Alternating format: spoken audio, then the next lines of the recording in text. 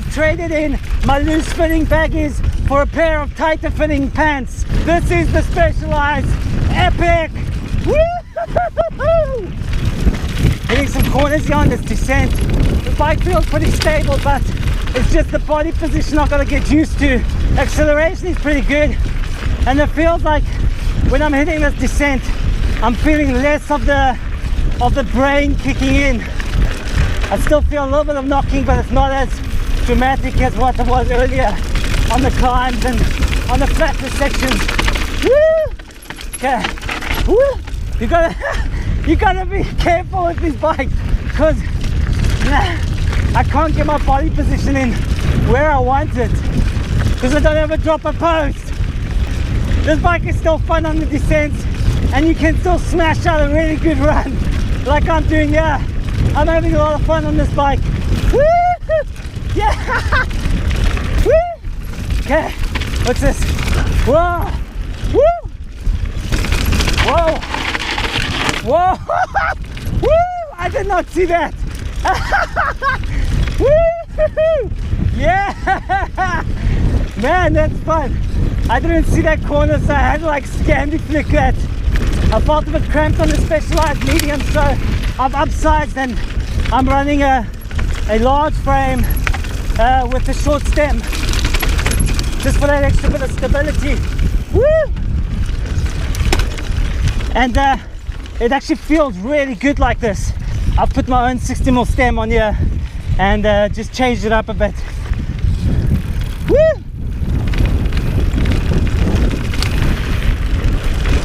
It's like that kind of bike that gets your juices flowing, because there are just so many of those, like close calls. Because if you're not proficient in riding and you ride a bit sketchy like I do, then this bike is gonna get your juices flowing. It's gonna be lots of these kinds of moments. Woo! Woo! Woo! Okay, this is a little section called Elasto Pass Valley. Braking traction there. Woo! Yeah! Okay. This bike is really fun.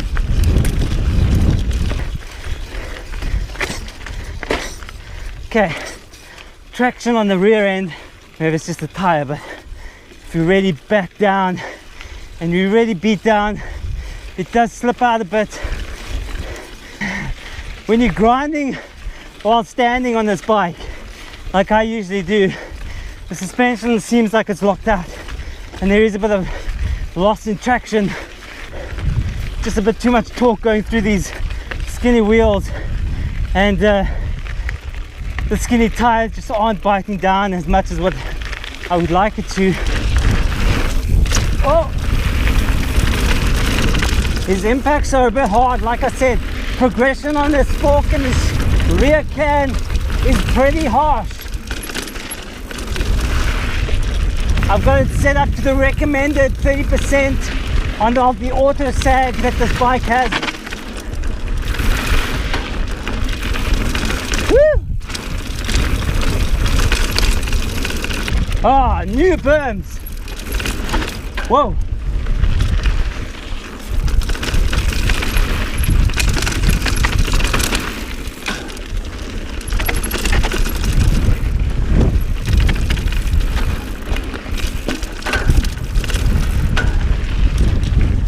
Yeah, we're at the end, yeah. Woo! Woo!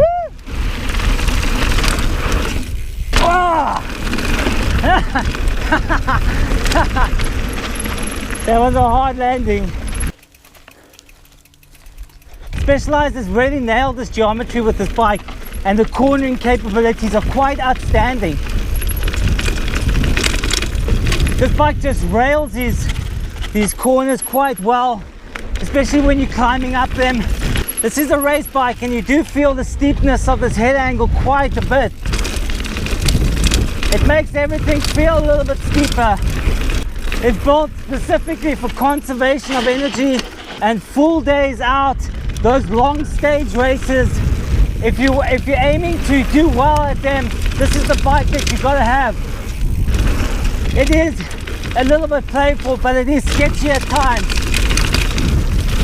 The head angle is quite steep, and you don't have much travel on this bike. It's only 100 mils, so room for error is very, very small. And if something goes wrong, it could end up badly. Like, I mean, really badly. Problem with this bike is you've got to think well ahead and way in advance,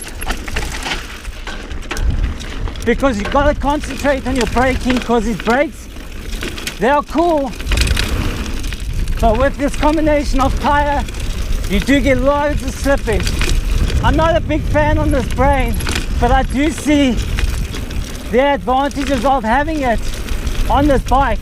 Conservation is key with this, and what it's allowing you to do, it's giving you less to think about when your mind is fatigued and you're so tired after 60 kilometers of riding. You're not going to forget to unlock your shock on the descent. This is going to do it all for you. It's like a fully automated lockout system.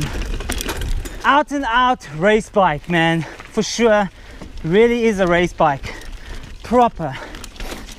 This is why this bike has won so many stage races and has been on the podium so many times. I mean, just look at this. This is where the magic is on this bike.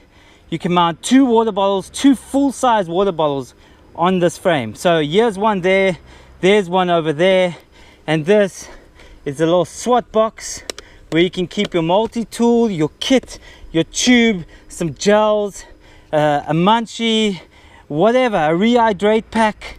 Man, you can all carry it inside there. You don't have to carry anything on your back. Another thing is, if this bike had a dropper post, man, this thing would be a lot better to ride.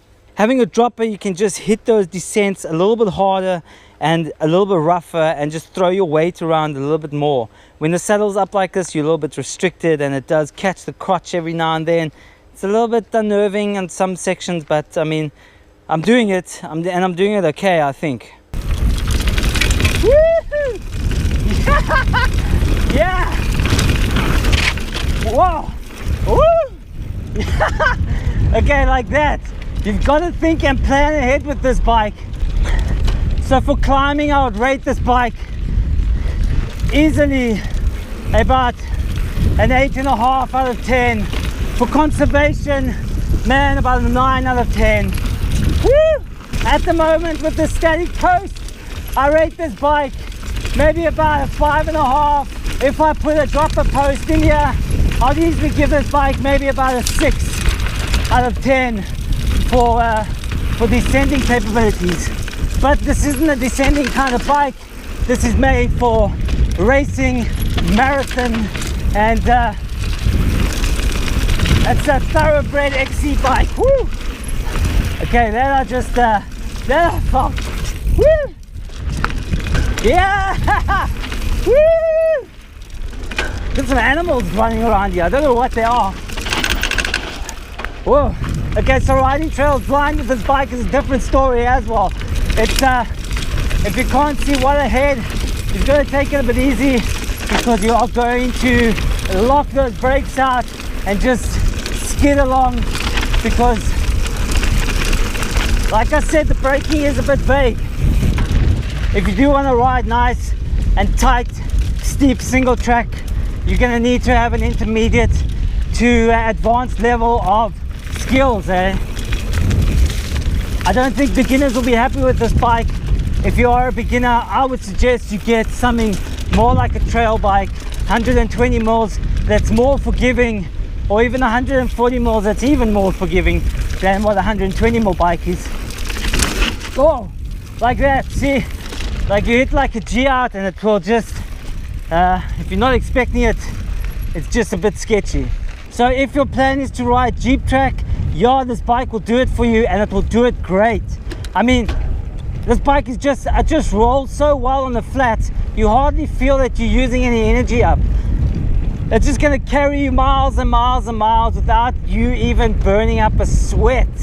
but you'll feel that once you hit the single track and it starts getting a bit gnarly and a bit steep, this bike is just going to lose control. And if you are not in that advanced or intermediate level of skills, I would really stay away from this bike, because it's just going to make you hate single track, and you're going to be riding Jeep track your whole life.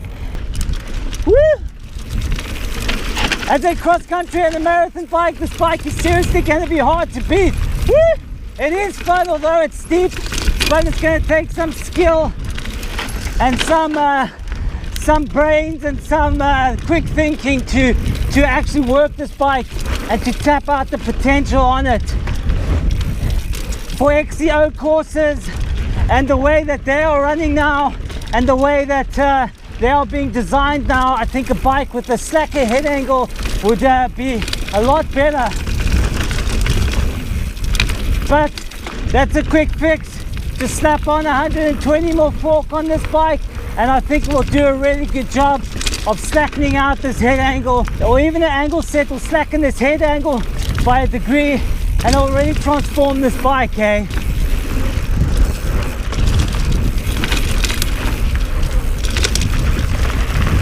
If you like my channel, hit the subscribe button. You'll be up to date with all of my happenings. Woo! If you like this video, give me a thumbs up. Woo! Thanks for joining me. Keep the rubber side down, have a jaw on the bikes. I'll see you guys next week on the next episode.